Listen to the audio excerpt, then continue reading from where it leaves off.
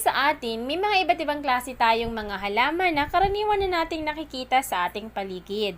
May mga indoor plants, may mga outdoor plants din, at may mga halaman din naman na tumutubo kahit walang sikat ng araw. Pero sa video nating ito, ibibigay naman natin ang mga indoor plants na lumalaki sa tubig nang walang gaanong pagpapanatili. Maaari mong palaguin ang mga ito sa isang malinaw na mga vase at garapon upang magamit bilang isang centerpiece. Kung nais mong magkaroon ng mga panloob na halaman na napakadaling lumaki sa tubig, eto na yung chance mo na makakuha ng ideya.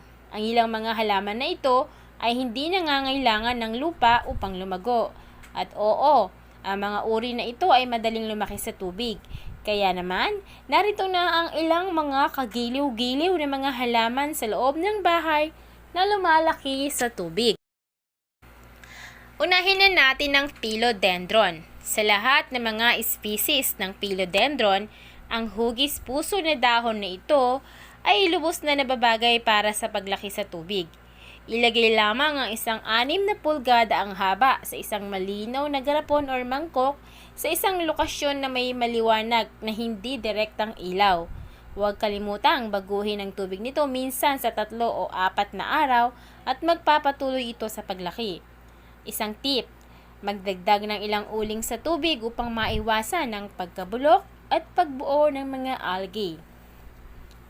Ang pangalawang halaman, ang Lucky Bamboo. Sino ba naman ang hindi nakakakilala sa halamang ito dahil ito isang pinaka-popular na lucky plant sa Feng Shui. Sikat sa pagiging likas na mapagbigay ng swerte. Ang halaman na ito ay isa sa pinakamahusay na mga panloob na halaman na lumalaki rin sa tubig. Ang mga makikitid na vases ay perpekto para sa halaman na ito depende sa laki. Siguraduhin na ang mga ugat ay nakalubog sa tubig at magdagdag ng ilang mga graba sa kanilang paligid para sa matatag na pagkakalagay. Ang sunod ang Aglaonema and Damkane. Sa mga uri at malabalat na mga dahon na may isang pattern ng pilak, ang Damkane at ang Chinese evergreen plants ay maaring lumaki sa tubig. Madali mong mapalaganap ang mga pinagputulan sa isang transparent na vase na puno ng maliliit na mga aquarium rock. Pagkatapos ng ilang buwan, sa sandaling lumitaw na ang mga ugat at mas malaki na, ilipat mo na ito sa lupa. Number 4, spider plant. Ang mga halaman na ito ay medyo nakaka-interest sa kanilang narrow arching foliage at mga baby spiderets. Maaari mong permanenteng palaguin ang mga ito sa isang babasaging garapon o ilipat ang mga pinagputulan sa isang bagong paso sa sandaling magugat ito. Patuloy na palitan mo ang tubig tuwing ika-2 o 3 araw. At kung gusto nyong malaman ang tamang pangangalaga ng spider plant, abangan nyo lamang sa ating susunod na mga video. Number 5, arrowhead plant. Tulad ng iba pang mga climbers at vining na mga halaman, ang arrowhead plants ay medyo diretso na lumalaki sa loob sa tubig. Patuloy na magdagdag ng sariwang tubig 2 beses sa isang linggo at patuloy itong lalaki. At kung nais mo naman, itanim mo ito sa isang potting ground sa sandaling ang cuttings nito ay nagtakda na ng mga bagong ugat. Sunod ang Coleus.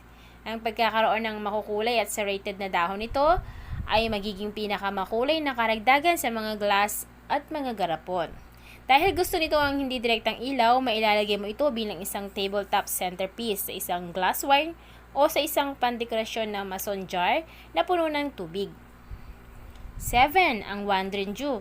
Ang halaman na ito ay matigas na halaman na tumutubo tulad ng isang damo sa maligamgam na klima. Ang mga kamanghamanghang kulay lila na kulay at sari-sari ng mga varieties ay ginagawang kanais-nais ng mga houseplant ang mga ito. Ang pinakamagandang bahagi ay maaari mong palaguin ang mga ito sa tubig sa mga terrarium. Number 8, Dracaena. Maraming mga panloob na varieties ng Dracaena ang maaring umangkop sa paglago sa tubig. Ang mga babasagin na jugs at makikitid na garapon ay mabuti para sa kanila. Tandaan lamang na gumamit ng chlorine at walang fluoride na tubig. Gayon din, huwag kailanman hayaang ang tubig sa garapon ay maging malabo. Dapat lagi itong malinaw kaya patuloy na palitan ito 2 hanggang 3 beses sa isang linggo. Sunod ang croton. Ang croton ay may pinaka-boldest na mga dahon sa lahat ng mga houseplants.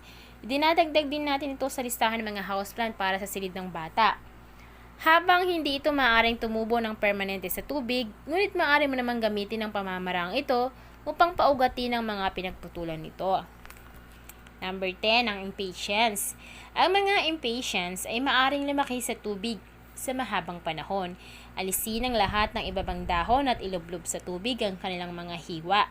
Sa sandaling makabuo sila ng mahabang ugat, itinim ito sa mga paso. Sa ganitong paraan, maraming mga bagong impatiens ang magiging handa in a nick of time. Ang sunod ang begonia. Tulad ng mga impatiens, posible ring lumago ang mga begonias sa tubig. Maari mong panatilihin ang mga ito sa isang malinaw na mangkok para sa halos 2 buwan bago sila magsimulang mag-fade. Huwag kalimutan na palitan ng tubig bawat linggo upang ma-save ang mga pinagputulan ng begonias mula sa pagkabulok. Ang sunod ang ornamental sweet potato. Ang pandekorasyon ng ornamental sweet potato vines sa isang babasaging garapon ay magdaragdag ng isang tropical na ugnay sa iyong windowsill sa kusina. Gupitin ng 6 hanggang 8 pulgada ang haba ng mga tangkay sa ibaba lamang ng nod ng dahon, alisin ang ibabang dahon at isawsaw sa kalahati sa tubig. Patuloy na palitan ng tubig at lalago ito. At ang isa pang halaman na pwede nating palaguin sa tubig ang English ivy. Ang English ivy ay maaring ang iyong susunod na panloob na halaman sa hardin ng tubig. Maari mong mapalago ang mga pinagputulan nito sa mga vase sa mahabang panahon. Isnip ang lahat ng mga ilalim na dahon ng isang ivy stem at ilipat ito sa isang garapon na babasagin at i-enjoy ito sa isang maliwanag na windowsill. At ang panghuli, herbs. Hindi lamang mga houseplant ang pwede sa tubig. May mga halaman at gulay din na maaari mong itanim sa tubig. Ang ilan sa mga pinakamahusay ay ang mint, birding mga sibuyas, fennel at kinchay. So yan lamang guys ang ilan sa mga halaman na pwede nating palaguin sa tubig kahit wala tayong ganong space sa ating loob ng bahay. So mainam na maglagay pa rin tayo ng mga konting buhay na halaman para naman ma-refresh or fresh yung hangin na nilalanghap natin. At 'di ba yung mga ibang halaman dito gaya ng philodendron, ng ating mga mint, na lucky bamboo ay tinuturing na swerte sa feng shui. So nasa inyo na yan kung anong halaman ang ilalagay natin sa ating bahay. Ang importante kahit papano ay dapat meron pa rin tayong mga green sa loob ng ating bahay. So I hope nagustuhan nyo ang ating video for today at kung may mga suggestion kayo, mag-comment lang kayo sa ating comment section down below at huwag kalimutan mag-subscribe at i-like and share nyo na rin ang ating video para naman mas marami